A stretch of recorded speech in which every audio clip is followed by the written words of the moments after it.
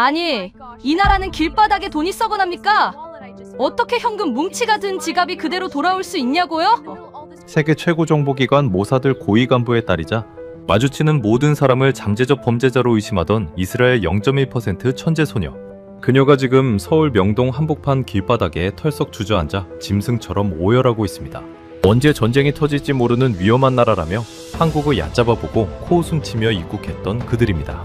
하지만 총을 든 군인 하나 없이 완벽하게 돌아가는 치안, 그리고 감시하는 직원 하나 없는 무인 점포에서 꼬마아이가 보여준 소름 돋는 양심 앞에 이들의 오만함은 처참하게 박살나고 맙니다. 사람에 대한 지독한 불신으로 똘똘 뭉쳤던 이방인들이 대한민국 국민들의 압도적인 품격에 백기투항을 하며 전원 귀국 거부까지 선언한 초유의 사태.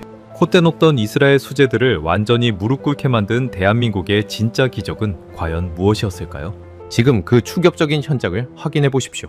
그 전에 잠깐 이야기를 시작하기 전에 구독과 좋아요 눌러주시면 정말 감사하겠습니다. 어디에서 듣고 계신지도 댓글에 남겨주시고 함께 해주세요. 저는 엘라입니다. 올해로 18살이 되었고 아름다운 지중해의 푸른 물결이 한눈에 내려다 보이는 이스라엘. 텔아비브의 최고급 주상복합 아파트 펜트하우스에 살고 있습니다. 거실의 통유리창 너머로는 눈이 부시도록 찬란한 태양과 평화로운 바다가 끝없이 펼쳐져 있죠. 남들이 보기엔 그저 부유한 가정에서 자라 구김살 하나 없이 행복하기만 한 10대 소녀의 삶일 거라 짐작하시겠지만 제 삶의 이면은 여러분이 상상하시는 것과는 완전히 아주 끔찍할 정도로 다릅니다.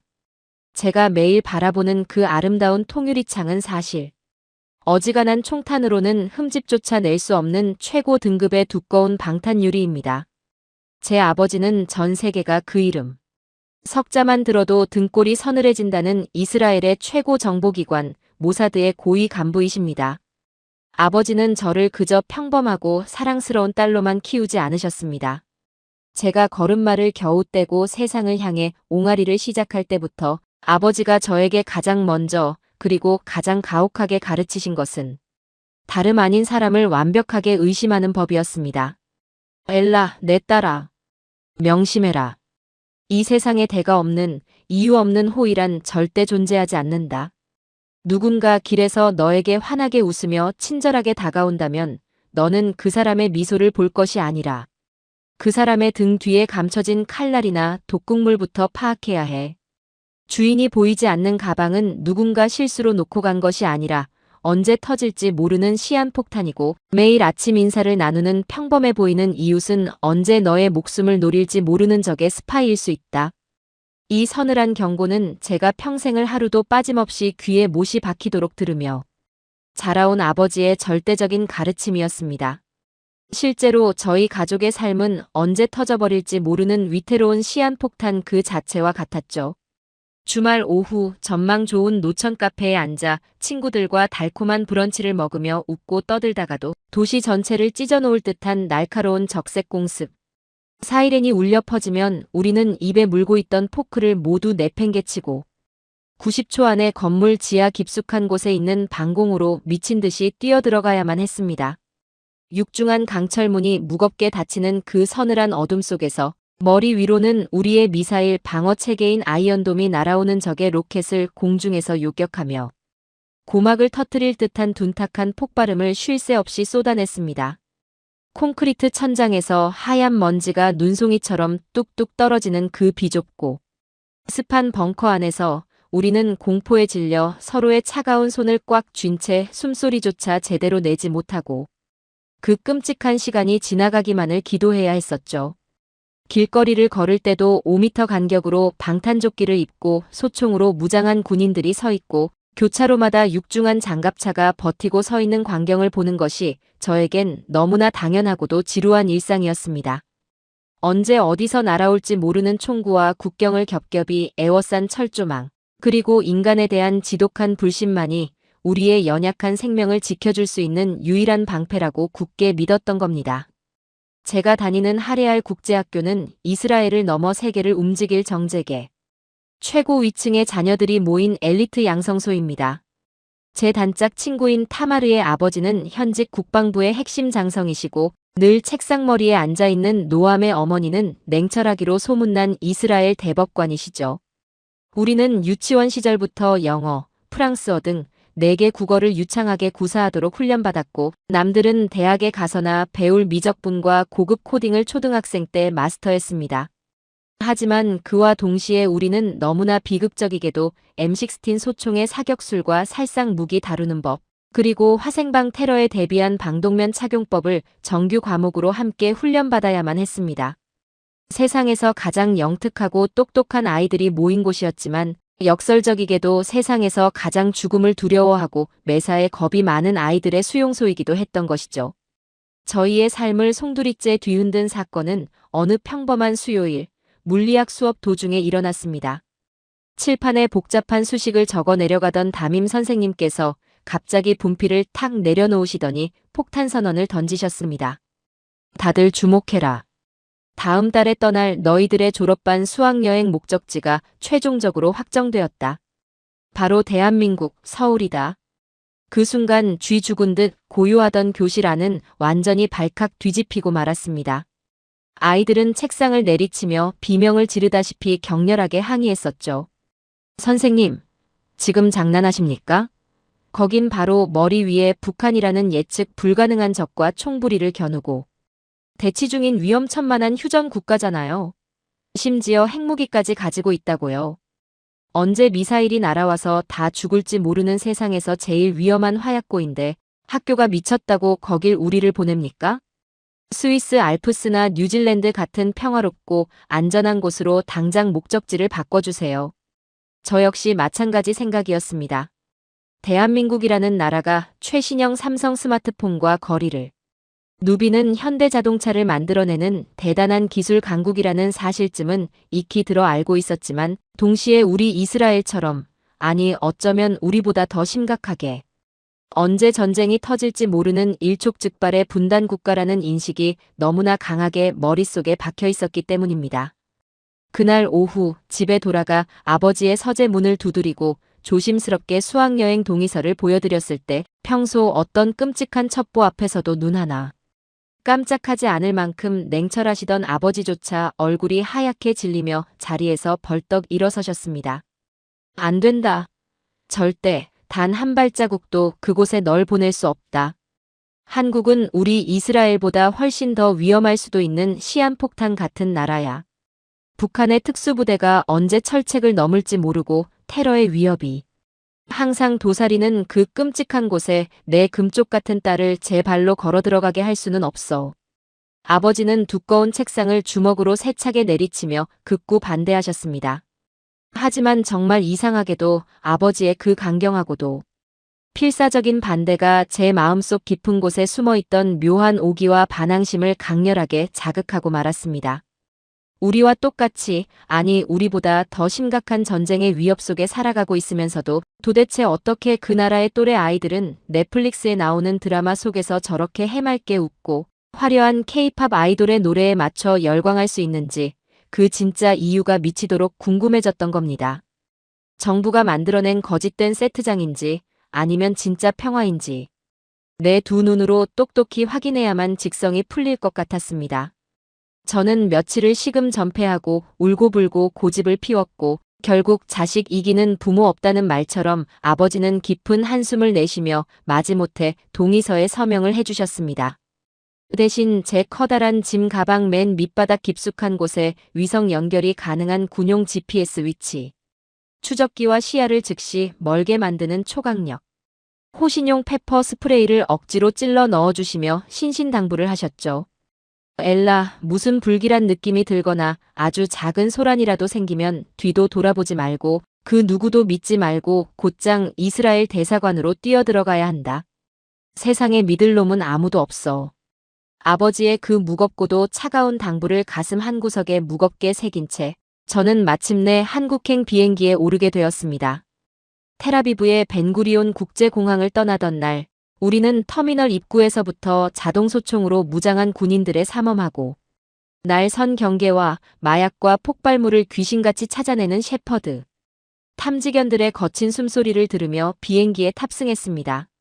남들에게는 공포감을 줄 수 있는 그 삭막하고 살벌한 풍경이 평생을 모사드의 딸로 살아온 저에게는 오히려 가장 익숙하고 완벽한 안전장치처럼 느껴지며 마음을 편안하게 해주었죠.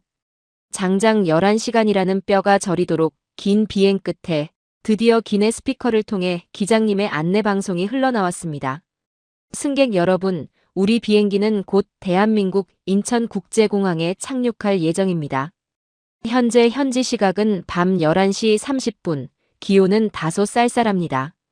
자정이 다 되어가는 심야 시간에 도착한다는 사실에 저와 친구들은 본능적으로 바짝 긴장하기 시작했습니다. 칠흑같이 어두운 밤은 범죄자들과 테러리스트들이 활동하기 가장 완벽한 시간이자 보안의 틈이 가장 크게 벌어지는 취약한 시간대니까요. 묵직한 충격과 함께 비행기 문이 열리고 낯선 이국의 서늘한 공기가 폐부로 밀려 들어왔을 때 저희는 마치 적진에 투입된 특수부대원들처럼 서로의 팔짱을 꽉 끼고 주변의 작은 소음 하나에도 미친 듯이 경계하며 출구로 걸어 나갔습니다. 그런데 여객 터미널 내부로 조심스럽게 발을 들여놓는 순간 저는 그만 그 자리에 우뚝 멈춰 서서 제 두 눈을 벅벅 비비고 말았습니다. 맙소사, 타마르. 여기 지금 밤 11시가 넘은 거 확실해? 어떻게 이럴 수가 있지? 제 옆에 바짝 붙어있던 타마르가 턱이 빠질 듯 입을 떡 벌리며 중얼거렸습니다. 저희가 알던 유럽이나 미국의 거대 공항들은 밤이 되면 전기세를 아끼거나 인력이 부족해 최소한의 조명만 남겨두고 우중충하고 으스스한 분위기를 뿜어내기 일쑤였습니다. 하지만 눈앞에 펼쳐진 이곳 인천공항은 마치 거대한 우주정거장의 중심부처럼 아니 구름 한 점 없는 쨍한 대낮보다도 더 환하고 눈부시게 빛나고 있었습니다. 먼지 한 톨 떨어져 있지 않은 최고급 대리석. 바닥은 마치 맑은 호수처럼 저희의 얼빠진 얼굴을 선명하게 비추고 있었고 천장은 끝을 알 수 없을 만큼 아득하게 높고 웅장했죠. 하지만 저희를 진짜 경악의 늪으로 빠뜨린 건 화려한 건축물이나 밝은 조명이 아니었습니다.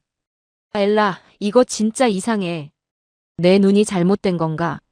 왜 총을 든 군인들이 한 명도 안 보이는 거지?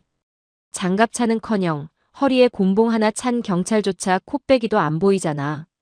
항상 침착하던 노안마저 창백하게 질린 얼굴로 주변을 두리번거리며 다급하게 소리쳤습니다. 정말이었습니다. 수만 명의 낯선 사람들이 바쁘게 오가는 이 거대하고 복잡한 국제공항의 한복판에 소총을 메고 사람들을 감시하는 군복 입은 군인은 단 한 명도 보이지 않았습니다. 불과 11시간 전 5m 간격으로 무장 경비가 겹겹이 서서 사람들의 일거수일투족을 감시하던 이스라엘과는 너무나도 기괴할 정도로 다른 평화로운 풍경이었죠. 그 순간 제 머릿속에 장착된 모사드식 두뇌가 미친 듯이 새빨간 비상경보를 울리기 시작했습니다. 이 나라는 미쳤다. 완전히 안전 불감증에 걸렸어. 이토록 완벽하게 보안이 뻥 뚫려 있다니 누군가 가방에 사제 폭탄을 가득 채우고 걸어 들어와도 그 누구 하나 막아설 사람이 없겠구나. 저는 언제든 소리를 지르며 튀어나갈 수 있게 운동화 끈을 꽉 고쳐매고 주머니 속에 숨겨둔 호신용 스프레이를 쥔 오른손에 피가 안 통할 정도로 힘을 꽉 주었습니다. 당장이라도 등 뒤에서 테러범이 나타날 것만 같은 극도의 공포감이 등골을 타고 흘렀습니다. 그때였습니다. 미세한 기계음과 함께 저희의 발밑으로 무언가 둥글고 납작한 물체가 소리 없이 다가오는 것이 느껴졌습니다. 폭발물인 줄 알고 깜짝 놀라 비명을 지르며 뒤로 펄쩍 물러섰는데 덜덜 떨며 아래를 내려다본 저희를 쳐다보고 있는 건 다름 아닌 귀여운 이모티콘 표정을 띄운 전광판을 단 커다란 로봇 청소기였습니다. 깨끗한 공항을 위해 열심히 청소 중입니다. 잠시만 길을 비켜주시면 감사하겠습니다. 너무나도 경쾌하고 상냥한 기계음과 함께 로봇은 얼어붙은 저희 옆을 유유자적하게 비껴 지나가며 바닥에 미세한 먼지를 빨아들이고 있었습니다. 방탄조끼를 입은 살벌한 무장군인들이 순찰을 돌아야 할 자리를 사람들에게 말을 거는 귀여운 로봇. 청소기가 대신 돌아다니고 있는 이 황당한 공항이라니. 팽팽하게 당겨졌던 긴장감이 일순간 탁 풀리며 기가 막혀서 헛웃음조차 나오지 않았습니다. 여전히 개운치 않은 불안함을 한가득 안고 우리는 마침내 입국 심사대로 향했습니다. 저희는 이곳에서 벌어질 지독하고 깐깐한 취조를 잔뜩 예상하고 있었죠. 이스라엘 여권이라는 것은 전 세계 어느 공항을 가든 환영받지 못하는 골칫거리니까요. 입국 심사대에 여권을 내밀면 10중 8구는 방문 목적의 진짜 이유가 뭐냐, 군사훈련은 얼마나 받았냐, 폭발물이나 총기를 다룰 줄 아느냐며 마치 잠재적 테러리스트나 흉악범 취급을 하며 별도의 좁은 조사실로 끌고 가 몇 시간씩 진을 빼놓기 일쑤였기 때문입니다. 저는 어떤 질문이 들어와도 완벽하게 받아칠 수 있도록 머릿속으로 시뮬레이션을 돌리며 잔뜩 굳은 표정으로 심사관 앞에 섰습니다. 그런데 제 여권을 넘겨받은 심사관은 저의 긴장한 얼굴을 쓱 보더니 경계심이라고는 단 한 줌도 없는 너무나 환하고 다정한 미소를 지으며 제게 눈을 맞추었습니다. 안녕하세요. 머나먼 대한민국까지 오시느라 고생 많으셨습니다. 환영합니다. 의심 가득한 눈초리도 압박감을 주는 그 어떤 추가 질문도 전혀 없었죠. 그게 끝이었습니다. 제가 너무 당황해서 멍하니 서 있자 옆에 서 있던 유니폼을 입은 안내 직원이 다가왔습니다. 본능적으로 짐 검사를 하려는 줄 알고 어깨를 움츠렸는데 그녀는 아주 유창하고 부드러운 영어로 제게 말을 건넸습니다. 학생분들이시군요. 이쪽 스마트 패스 라인을 이용하시면 기다리실 필요 없이 훨씬 더 빠르고 편하게 나가실 수 있어요. 제가 어떻게 하는 건지 도와드릴까요? 그녀의 친절한 안내에 따라 홀린 듯이 최첨단 기계 앞으로 다가갔습니다. 여권의 바코드를 스캔하고 기계 위에 달린 작은 카메라에 제 얼굴을 잠시 비추자 불과 1초도 채 지나지 않아 경쾌한 알림음과 함께 굳게 닫혀있던 유리 게이트가 부드럽게 열리는 겁니다. 그 짧은 순간 제 온몸에 솜털이 쭈뼛 서는 듯한 소름이 돋았습니다. 총과 칼로 억압하고 권위로 사람을 찍어 누르는 통제가 아니라 눈에 보이지도 않는 완벽하게 설계된 최첨단 시스템과 사람을 안심시키는 따뜻한 친절이 이 거대한 공항을 너무나도 완벽하게 관리하고 있었던 것이죠. 그것은 강압적인 안전이 아니라 물 흐르듯 자연스러우면서도 단 하나의 빈틈조차 허용하지 않는 무서운 초격차의 치안 시스템이었습니다. 하지만 충격은 여기서 끝이 아니었습니다. 수화물을 찾는 컨베이어 벨트 앞에 도착했을 때 저희가 겪은 놀라움은 기절할 수준이었죠. 천장에 달린 커다란 전광판에 수화물 도착 3분 전이라는 안내 문구가 떠 있었는데 저는 속으로 어디서나 하는 뻔한 거짓말이라고 비웃었습니다. 그런데 정말 초침이 딱 맞아떨어지는 마법처럼 정확히 3분이 경과하는 그 일. 초에 오차도 없이 제 커다란 핑크색 캐리어가 레일을 타고 빙그르르 돌며 제 눈앞으로 내려오는 겁니다. 행여나 누가 내 소중한 짐을 훔쳐갈까봐 카트 손잡이를 부서져라 꽉 쥐고 눈을 부라리던 제 모습이 그 완벽한 시스템 앞에서는 이토록 한심하고 부끄러워질 수가 없었습니다. 자정이 훌쩍 넘은 늦은 시간, 저희는 마침내 공항을 빠져나와 서울 도심으로 향하는 최고급 리무진 버스에 몸을 실었습니다. 버스가 출렁이는 검은 바다를 가로지르는 거대한 인천대교 위를 미끄러지듯 달리기 시작하자 차창 밖으로는 끝도 없이 이어진 가로등. 불빛과 멀리 보이는 거대한 고층 아파트 단지들이 뿜어내는 찬란한 야경이 별빛처럼 아름답게 펼쳐졌습니다. 그 웅장하고도 평화로운 풍경에 완전히 압도되어 숨조차 제대로 쉬지 못하고 넋을 잃고 있을 때 제 겉옷 주머니 속 휴대폰이 무겁게 울렸습니다.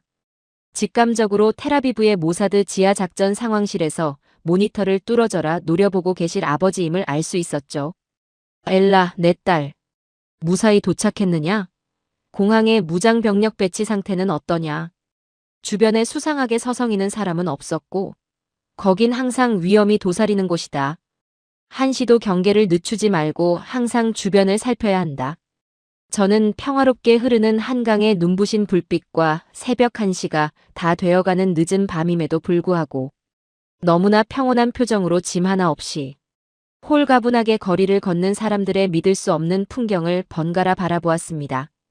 그리고 떨리는 손가락으로 휴대폰 자판을 꾹꾹 눌러 아버지께 답장을 써내려갔습니다. 아빠, 여기는 정말 이상한 나라예요.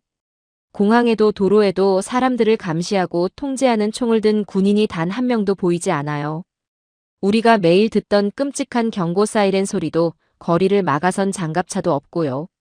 그런데 아빠, 정말 이상하게도 텔아비브의 수십 미터 지하 벙커 안보다 투명한 유리창으로 밖이 훤히 내다보이는 지금.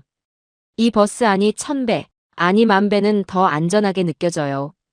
이 나라는 하늘 위에 아이언돔이 떠 있는 게 아니라 여기 사는 사람들. 마음속에 보이지 않는 강철 지붕이 튼튼하게 세워져 있는 것 같아요. 나 여기서 이 신비로운 나라의 기적 같은 비밀을 반드시 꼭 알아내고 싶어요. 마지막 전송 버튼을 누르고 창밖을 바라보며 저는 조용히 지퍼를 열고 가방 속 깊숙이 숨겨두었던 초강력 호신용 스프레이를 꺼냈습니다. 그리고 그것을 언제든 꺼내 쓸 수 있는 겉옷 주머니가 아니라 캐리어 맨 밑바닥 속옷. 더미 아래로 깊숙이, 아주 깊숙이 밀어 넣어버렸습니다. 왠지 이 낯설지만 따뜻한 대한민국이라는 나라에서는 평생을 사람을 짐승처럼 의심하며 살아온 저의 차가운 모사드식. 본능이 모래성처럼 완전히 무너져 내릴 것만 같은 강렬하고도 가슴 벅찬 예감이 들었기 때문입니다. 강남 한복판에 위치한 호텔 객실에 도착해 무거운 짐을 풀었을 때 벽에 걸린 둥근 시계는 이미 새벽 2시를 훌쩍 넘긴 시간을 가리키고 있었습니다. 비행기에서 쪽잠을 잔 데다 시차까지 겹친 탓인지 저희는 피곤하면서도 도무지 잠을 이룰 수가 없었죠. 저는 침대에 누워 통유리창 너머로 내려다 보이는 서울의 야경을 홀린 듯이 바라보았습니다. 텔아비브의 밤은 테러를 대비해 가로등마저 어둡게 낮춰두어 짙은 적막감이 감도는 반면 이 거대한 도시는 새벽 2시라는 시간이 무색하게도 여전히 보석을 흩뿌려 놓은 것처럼 찬란하게 깨어 있었습니다. 멀리서 끊임없이 이어지는 자동차들의 붉은 후미등이 마치 도시의 뜨거운 혈관처럼 느껴졌죠. 그렇게 멍하니 창밖을 바라보고 있는데 갑자기 고요한 객실 안에 배에서 나는 민망한 소리가 크게 울려 퍼졌습니다. 옆 침대에 누워 뒤척이던 타마르가 멋쩍게 웃으며 배를 문질렀죠. 엘라, 나 어떡해. 배가 너무 고파서 잠이 안 와. 우리 비행기에서 기내식 먹은 게 전부잖아. 그 말을 듣자마자 저도 잊고 있던 지독한 허기가 밀려오는 것을 느꼈습니다. 하지만 시계는 새벽 2시 반이었습니다. 이스라엘이었다면 이 시간에 문을 연 식당은 당연히 없을 뿐더러 설령 있다 해도 민간인이 한밤중에 거리를 돌아다니는 것은 자살 행위나 다름없었습니다. 순찰을 도는 무장 경찰들에게 불신 검문을 당하거나 최악의 경우 어두운 골목에 숨어있던 범죄의 표적이 되기 십상이었으니까요. 야, 미쳤어? 지금 시간이 몇 시인데 어딜 나가? 여긴 외국이야. 게다가 아빠가 낯선 곳에서는 절대 밤에 돌아다니지 말라고 하셨단 말이야. 제가 단호하게 고개를 저었지만 창가에 바짝 붙어 아래를 내려다보던 노암이 눈을 동그랗게 뜨며 말했습니다. 엘라, 밑에 좀 봐봐. 호텔 바로 건너편에 엄청 밝게 불이 켜진 가게가 있어. 사람들이 막 드나들고 있는걸. 먹을 걸 파는 곳 같아. 저희는 반신반의하며 옆방에 묵고 계신 갈리아 담임 선생님을 찾아갔습니다. 선생님 역시 시차 때문에 깨어 계셨죠. 선생님, 저희 배가 너무 고픈데 바로 앞 가게에 가서 먹을 것만 얼른 사오면 안 될까요? 저희의 간절한 부탁에 선생님은 창밖을 잠시 내다보시더니 믿을 수 없다는 듯 고개를 갸웃거리며 허락해 주셨습니다. 그래, 거리가 대낮처럼 밝으니 괜찮을 것 같구나. 대신 절대 호텔 블록을 벗어나지 말고 수상한 사람이 보이면 즉시 비상벨을 누르고 뛰어야 한다. 30분 안에 돌아오렴. 호텔 로비의 회전문을 밀고 밖으로 나서는 순간 피부에 와닿는 12월. 서울의 차가운 밤 공기는 매서웠지만 이상하리만치 상쾌했습니다. 그리고 저희는 호텔 앞 횡단보도에 서자마자 머리를 한 대 세게 얻어맞은 듯한 엄청난 문화 충격을 겪고 말았습니다. 새벽 3시가 다 되어가는 그 고요한 시간 왕복 8. 차선 대로변에 20대 초반으로 보이는 앳된 여성이 혼자서 걷고 있었던 겁니다. 심지어 그녀는 귀에 하얀 무선 이어폰을 꽂은 채 주변을 전혀 경계하지 않고 스마트폰 화면만 뚫어져라 쳐다보며 여유롭게 걸어가고 있었죠. 맙소사, 저 여자 지금 제정신이야? 호신용 무기도 없이 이어폰을 꽂고 밤거리를 걷다니. 타마르가 기겁하며 제 팔을 꽉 움켜쥐었습니다. 이스라엘에서는 상상조차 할 수 없는, 아니 전 세계 어느 선진국을 가더라도 밤거리에 여성이 혼자, 그것도 주변 소리를 완전히 차단한 채 걷는다는 것은 범죄자들에게 자신을 표적으로 던져주는 것과 같은 미친 짓이었습니다. 그런데 그 여성의 얼굴에는 그 어떤 두려움이나 긴장감도 없었습니다. 오히려 친구와 메시지를 주고받는지 킥킥거리며 웃기까지 했죠. 저는 등골에 소름이 쫙 돋는 것을 느꼈습니다. 대체 이 나라 사람들은 무엇을 믿고 이렇게 무방비한 거지? 경찰이 숨어서 지켜보고 있는 건가? 주변을 아무리 둘러봐도 순찰차 한 대 보이지 않았습니다. 그제야 저는 뼈저리게 깨달았습니다. 그녀가 무방비한 것이 아니라 이 거리 전체가 완벽하게 안전하다는 보이지 않는 거대한 확신이 그녀를 보호하고 있다는 사실을요. 총기나 무력이 아니라 그 누구도 나를 해치지 않을 것이라는 그 사회적 신뢰가 숨을 쉬는 것처럼 너무나 당연한 곳이 바로 이 대한민국이었던 겁니다. 멍한 정신을 부여잡고 저희는 눈부시게 하얀 불빛을 뿜어내고 있는 편의점이라는 곳으로 들어갔습니다. 어서 오세요. 카운터에 서 있던 젊은 남자 아르바이트생이 저희를 보며 상냥하게 인사를 건넸습니다. 방탄조끼를 입은 보안 요원도 없었고 가방을 열어 내용물을 확인하는 금속 탐지기도 없었죠. 그저 잔잔한 유행가가 흘러나오는 따뜻하고 평화로운 공간이었습니다. 가게 안으로 들어선 저희는 진열대를 보자마자 또 한 번 턱이 빠질 뻔했습니다. 벽면을 가득 채운 매대에는 수십 가지 종류의 라면과 삼각김밥, 샌드위치, 화려한 색깔의 음료수들이 한치의 빈틈도 없이 빽빽하게 채워져 있었습니다. 와, 이거 전쟁 대비용 비상식량 창고 아니야?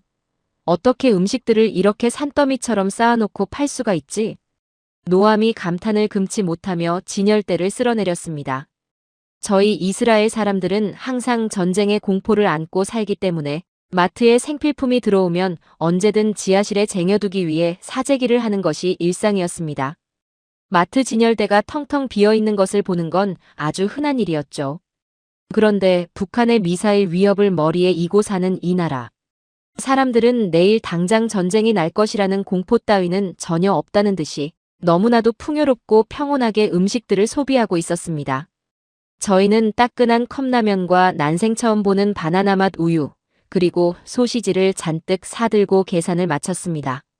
아르바이트생은 유창하지는 않지만 친절한 영어 섞인 손짓으로 뜨거운 물을 붓는 법과 전자레인지 사용법까지 꼼꼼하게 알려주었죠. 편의점 밖으로 나와 길가에 놓인 플라스틱 테이블에 앉아 김이 모락모락 나는 라면을 허겁지겁 넘겼습니다. 새벽 3시에 낯선 외국의 길거리에서 여자 셋이 모여 앉아 야식을 먹고 있다니. 불과 하루 전만 해도 아버지가 아시면 당장 군대를 끌고 와서 저를 헬기에 태워 끌고 가셨을 미친 짓이었습니다. 하지만 따뜻한 국물이 목구멍을 타고 넘어가자 평생 제 어깨를 짓누르고 있던 그 지독한 긴장감이 봄눈 녹듯이 풀려버리는 것을 느꼈습니다. 그런데 한참 맛있게 라면을 먹고 있던 그때였습니다. 제 맞은편에 앉아있던 타마르가 갑자기 젓가락을 떨어뜨리며 앞쪽을 향해 턱짓을 했습니다. 엘라, 저기 좀 봐. 저 가게는 대체 뭐야? 타마르가 가리킨 곳은 편의점에서 불과 10m 정도 떨어진 작고 화려한 가게였습니다. 아이스크림 할인점이라는 간판 주변으로 화려한 네온 사인이 번쩍이고 있었죠. 라면을 다 먹은 저희는 입가심이나 할 겸 호기심에 이끌려 그 가게 앞으로 다가갔습니다. 투명한 유리문을 밀고 들어가자 환영합니다 하는 경쾌한 센서음이 저희를 맞이했습니다. 가게 안은 온통 냉동고로 꽉 차 있었고 그 안에는 태어나서 한 번도 본 적 없는 수천 개의 아이스크림과 과자들이 산더미처럼 쌓여 있었습니다. 그런데 가장 중요한 무언가가 빠져 있었습니다. Excuse me. 저기요? 아무도 안 계세요? 제가 영어로 조심스럽게 불렀지만 냉동고 돌아가는 소리만 들릴 뿐. 가게 안에는 개미 새끼 한 마리 보이지 않았습니다. 물건을 파는 주인이 없는 겁니다. 계산대가 있어야 할 자리에는 덩그러니 커다란 키오스크 기계 하나만 불을 밝히고 서 있을 뿐이었죠. 그 순간 평생을 사람의 악의를 파악하도록 훈련받아온 제 모사드식 본능이 다시 한번 날카롭게 깨어났습니다. 저는 즉시 친구들의 팔을 낚아채며 뒤로 물러섰습니다. 나가자. 당장 여기서 나가야 해. 제 목소리에는 명백한 공포가 서려 있었습니다. 왜 그래, 엘라? 아이스크림 하나만 먹고 가자. 노암이 영문을 모르겠다는 듯 물었죠. 저는 가게 천장 구석구석에 달려있는 새까만 CCTV 카메라들을 가리키며 낮은 목소리로 속삭였습니다. 이건 함정이야. 고도의 사기극이거나 누군가 파놓은 덫이라고. 세상 천지의 주인이 지키지 않는 상점이 어디 있어? 물건이 이렇게 널려 있는데. 감시하는 직원이 한 명도 없다는 건 논리적으로 말이 안 돼. 우리가 여기서 물건을 집어드는 순간 숨어있던 깡패들이 나타나 도둑으로 몰아서 돈을 뜯어내거나 아니면 저 카메라가 외국인들을 상대로 범죄 실험을 하는 숨겨진 몰래카메라일 게 분명해. 제 말을 들은 친구들의 얼굴도 순식간에 하얗게 질렸습니다. 저희의 상식 속에서 인간이란 보는 눈이 없으면 반드시 남의 것을 탐하고 규칙을 어기는 이기적이고 짐승 같은 존재였습니다. 경찰이 총을 들고 감시하지 않으면 폭동이 일어나고 좀도둑이 들끓는 것이 당연한 이치였으니까요. 그런데 아무런 보호장치 없이 수천 개의 물건이 무방비로 널려있는 이 공간은 저희에게는 헨젤과 그레텔에 나오는 마녀의 과자. 집보다 더 섬뜩하고 소름 끼치는 공포의 방이나 다름없었습니다. 우리가 숨을 죽이고 뒷걸음질을 치며 문 밖으로 도망치려던 바로 그 찰나였습니다. 가게 문이 삐걱거리며 열리더니 초등학교 2, 3학년이나 되었을까 싶은 아주 조그만 남자아이 하나가 슬리퍼를 질질 끌며 안으로 들어오는 겁니다. 아이는 눈앞에 잔뜩 얼어붙어 있는 외국인 누나들을 쳐다보지도 않은 채 너무나도 익숙한 발걸음으로 구석에 있는 냉동고로 다가가 문을 훌쩍 열었습니다. 그리고 자기가 먹을 초콜릿 아이스크림 하나를 쏙 꺼내 들었죠. 저희는 숨을 죽인 채 그 아이의 다음 행동을 지켜보았습니다. 그래, 주인이 없으니 저대로 그냥 훔쳐서 도망가겠지. 저게 인간의 본성이니까. 저는 속으로 그렇게 단정지었습니다. 하지만 다음 순간 제 눈앞에서 벌어진 광경은 제 18배. 인생의 모든 가치관을 송두리째 박살 내버리고 말았습니다. 아이는 도망치기는커녕 콧노래를 흥얼거리며 덩그러니 놓여있는 키오스크 기계 앞으로 다가갔습니다. 그리고 작은 두 손으로 까치발을 들더니 아이스크림 포장지에 있는 바코드를 기계 스캐너에 능숙하게 찍는 겁니다. 화면에 1,000원이라는 숫자가 뜨자 아이는 주머니를 뒤적거리더니 꼬깃꼬깃 접힌 1,000원짜리 지폐 한 장을 꺼내 기계 투입구에 정성껏 밀어 넣었습니다. 결제가 완료되었습니다. 감사합니다. 기계에서 영수증이 나오는 것을 확인한 아이는 아이스크림 껍질을 거침없이 벗겨 한 입 크게 베어물며 들어올 때처럼 유유자적하게 가게 밖으로 걸어나갔습니다. 저와 친구들은 마치 그리스 신화 속 메두사와 눈이 마주친 사람들처럼 그 자리에 꽁꽁 얼어붙은 채 한마디 말도 내뱉지 못했습니다. 머리를 3개 얻어맞은 것처럼 뇌속이 하얗게 텅 비어버렸죠. 방금 너네도 봤어? 타마르가 떨리는 목소리로 침묵을 깼습니다. 봤어. 아무도 지켜보는 사람이 없는데 심지어 혼내거나 벌을 줄 어른이 단 한 명도 없는데 저 어린 꼬마가 제 발로 걸어가서 돈을 냈어. 훔칠 기회가 100번 1000번도 넘게 널려 있었는데 말이야. 노암의 두 눈에는 이미 굵은 눈물이 그렁그렁 맺혀 있었습니다. 저 역시 마찬가지였습니다. 등골을 타고 흐르던 공포감은 어느새 사라지고 그 자리에 형언할 수 없는 거대한 경외감과 충격이 폭풍처럼 밀려들었죠. 이 나라는 도대체 어떤 곳일까요? 국민 전체가 태어날 때부터 도덕, 교과서를 머릿속에 이식받고 태어나는 걸까요? 어떻게 이 거대한 사회가 총구의 위협이나 법의 강제가 아니라 아무도 보지 않아도 나는 나의 양심을 지킨다는 그 보이지 않는 숭고한 신뢰로 굴러갈 수가 있는 걸까요? 저희 이스라엘에서는 백화점이나 대형마트를 들어갈 때조차 금속 탐지기를 통과해야 하고 무장 요원에게 가방 속 내용물을 다 뒤집어 까서 보여주어야만 입장이 가능합니다.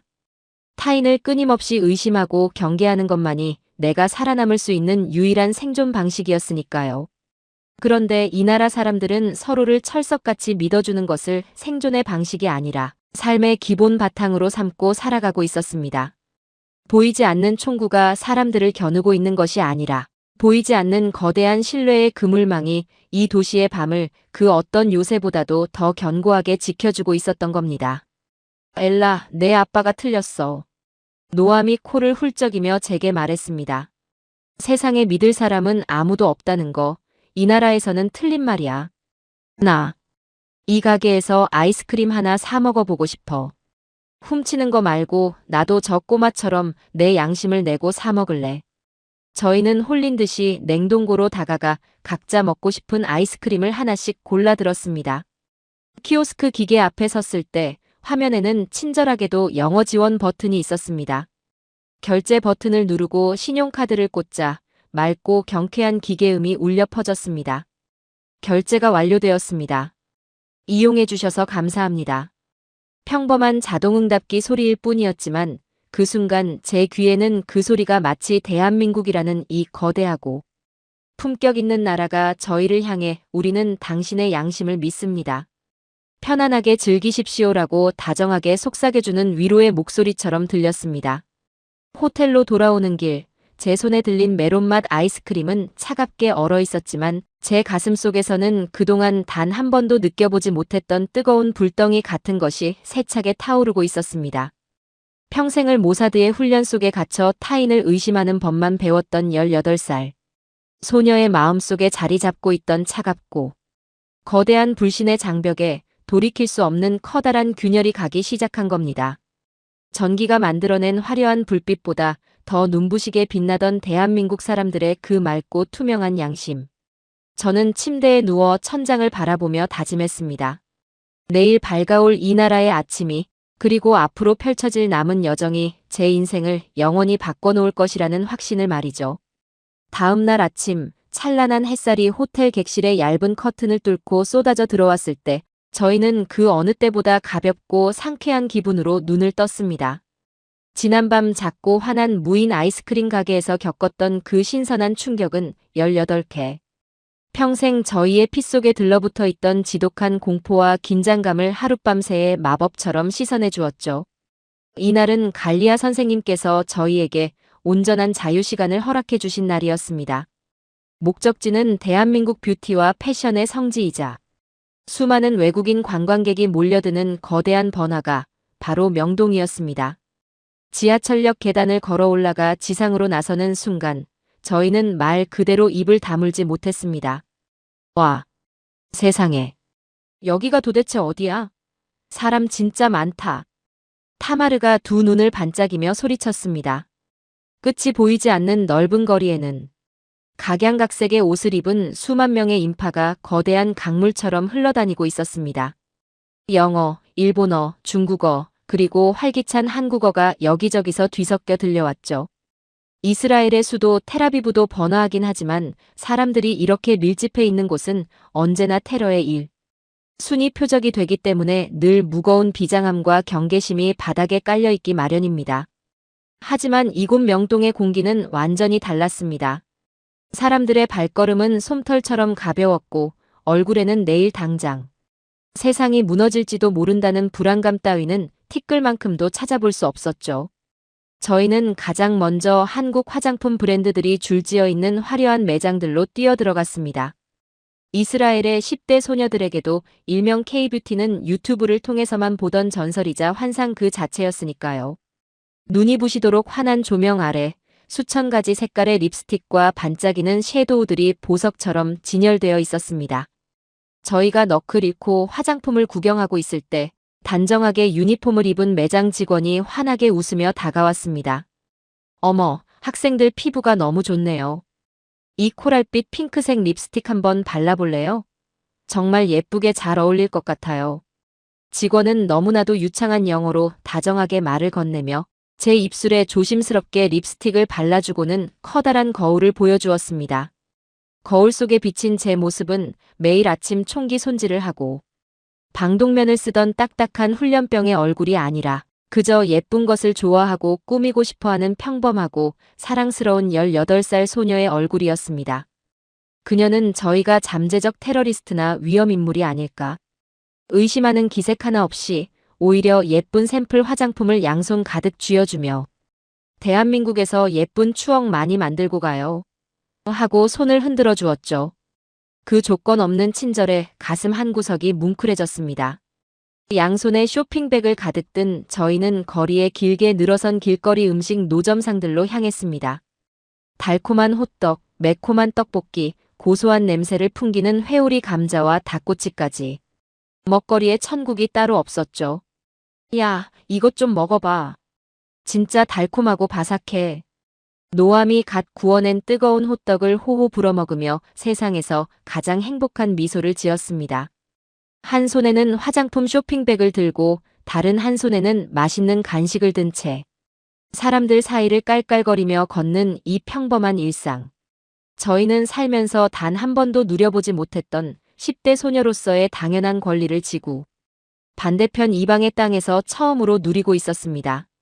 사이렌 소리도 벙커의 퀴퀴한 냄새도 아버지가 강요하던 무서운 의심도 모두 잊은 채 말이죠.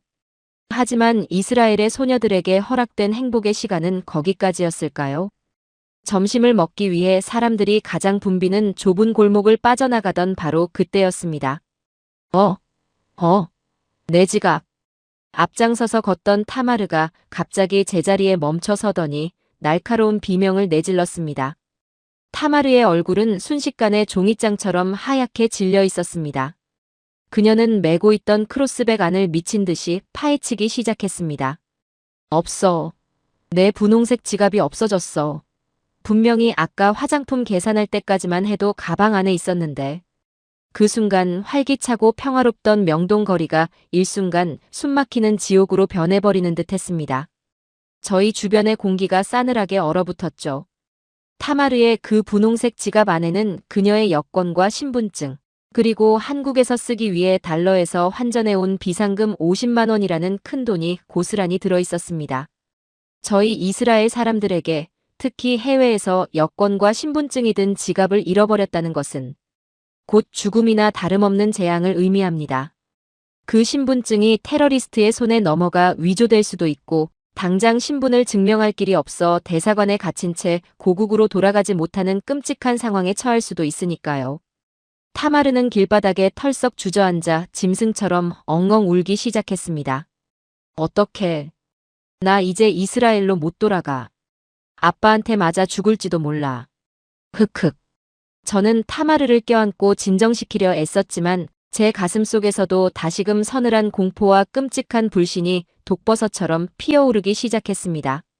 아버지의 경고가 환청처럼 귓가를 맴돌았죠. 세상에 믿을 놈은 아무도 없다. 그들의 미소 뒤에는 칼이 숨겨져 있다.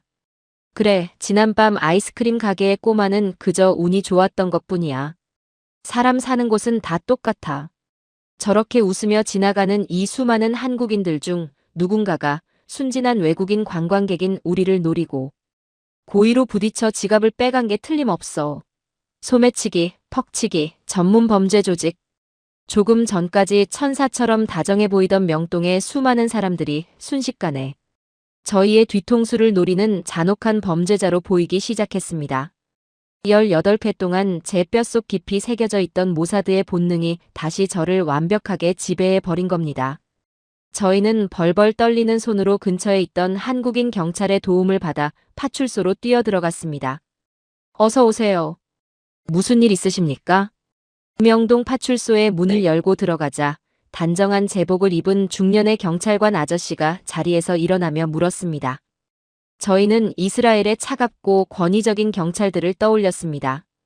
외국인이 지갑을 잃어버렸다고 찾아가면 귀찮다는 듯이 쳐다보며 서류나 한 장 쓰고 가라, 기대는 하지 마라며 문전박대하기 일쑤였으니까요. 타마르는 눈물 콧물로 범벅이 된 얼굴로 더듬더듬 상황을 설명했습니다. 흑흑. 지갑을 잃어버렸어요. 분홍색 지갑이요.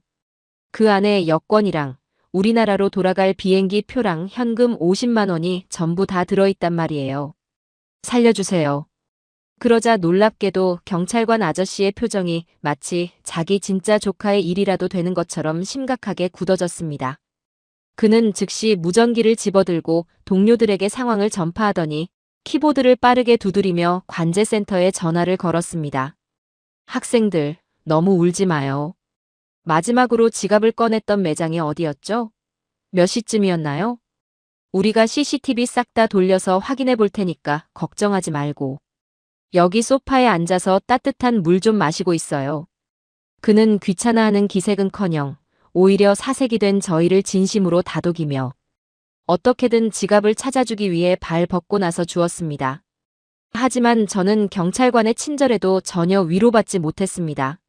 속으로는 이미 모든 것을 포기하고 있었죠. 현금 50만 원이 들어있는 지갑을 주운 사람이 그걸 경찰서에 가져다 준다고? 말도 안 되는 헛소리. 바보가 아닌 이상 이미 돈만 쏙 빼고 지갑은 쓰레기통에 버렸을 게 뻔해. 시간이 10분, 20분 흐를수록 파출소 안의 공기는 납덩이처럼 무거워졌습니다. 대사관에 연락해야 하나, 갈리아 선생님께 이 끔찍한 사실을 어떻게 알려야 하나. 머릿속이 새까맣게 타들어가고 있었죠. 바로 그때였습니다. 파출소 유리문이 열리더니 작업복을 입고 손에 목장갑을 쥔 40대 후반쯤 되어 보이는 평범한 한국 아저씨. 한 분이 성큼성큼 걸어 들어오셨습니다. 아유, 수고하십니다.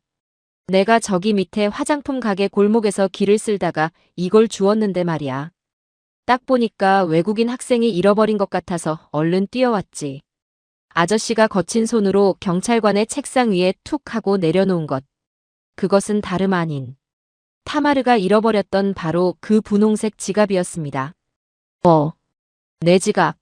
맙소사, 내 지갑이야. 타마르가 비명을 지르며 용수철처럼 튀어나갔습니다. 경찰관 아저씨가 밝게 웃으며 지갑을 타마르에게 건넸습니다. 학생, 내용물 빠진 거 없는지 얼른 확인해봐요. 타마르는 사시나무 떨듯 덜덜 떨리는 손으로 지갑의 지퍼를 열었습니다. 가장 먼저 신분증과 여권 그대로 꽂혀 있었습니다. 가족들 사진도 그대로였죠. 그리고 가장 중요한 현금. 지갑 가장 안쪽 지폐 칸에는 5만 원짜리 노란색 지폐 10장이 단 한 장도, 아니 단돈 100원 하나도 빠짐없이 처음 환전했던 그 상태 그대로 가지런히 들어있었습니다. 오 마이 갓. 다 있어요. 돈이 그대로 있어요. 하나도 안 없어졌어요. 타마르가 믿을 수 없다는 듯 지폐를 허공에 펄럭이며 소리쳤습니다. 저와 노암도 그 자리에 얼어붙어 턱을 쩍 벌리고 말았습니다. 수만 명의 인파가 뒤엉켜 걷는 그 복잡한 명동 길바닥에 현금이 두둑하게 든 지갑이 떨어져 있었는데 그걸 주운 사람이 단 1원도 건드리지 않고 그대로 파출소에 가져다 주었다. 이것은 제 머릿속에 들어있는 확률과 통계로는 도저히 절대 계산조차 불가능한, 아니 인간 세상에서는 일어날 수 없는 기적이었습니다. 저희는 너무나도 감사한 마음에 허리를 90도로 꺾으며 아저씨께 연신 인사를 했습니다. 정말 감사합니다. 어떻게 보답을 드려야 할지 모르겠어요. 사례금이라도. 타마르가 다급히 5만 원짜리 지폐 몇 장을 꺼내 내밀었지만 아저씨는 허허 사람 좋은 웃음을 지으며 손사래를 치셨습니다. 에이, 무슨 소리야. 학생이 타국에 와서 얼마나 놀랐겠어. 돈 안 잃어버려서 다행이네. 한국에서 맛있는 거 많이 사 먹고 재밌게 놀다 가요. 그 평범한 작업복 차림의 아저씨는 이름도 연락처도 묻지 말라며 쿨하게 파출소 문을 열고 홀연히 사라지셨습니다. 파출소 안에는 깊은 정적이 흘렀습니다. 멍하니 서 있는 저희를 보며 경찰관 아저씨가 머그잔에 따뜻한 코코아를 타서 건네주시며 부드럽게 말씀하셨습니다. 많이 놀랐죠? 괜찮아요. 우리 대한민국에서는 지갑 잃어버려도 웬만하면 이렇게 다 파출소로 돌아와요. 사람들이 워낙 착해서 남의 물건엔 손을 잘 안 대거든요. 이제 안심하고 가서 친구들이랑 떡볶이라도 사 먹어요. 경찰관 아저씨의 그 무심한 듯 다정한 위로의 말 한마디. 그 순간이었습니다. 흑. 타마르가 지갑을 가슴에 꽉 끌어안고 파출소 바닥에 힘없이 주저앉아 엉엉 소리 내어 오열하기 시작했습니다. 지갑을 잃어버렸을 때의 공포 때문이 아니었습니다. 다행히 찾았다는 단순한 안도감 때문도 아니었습니다.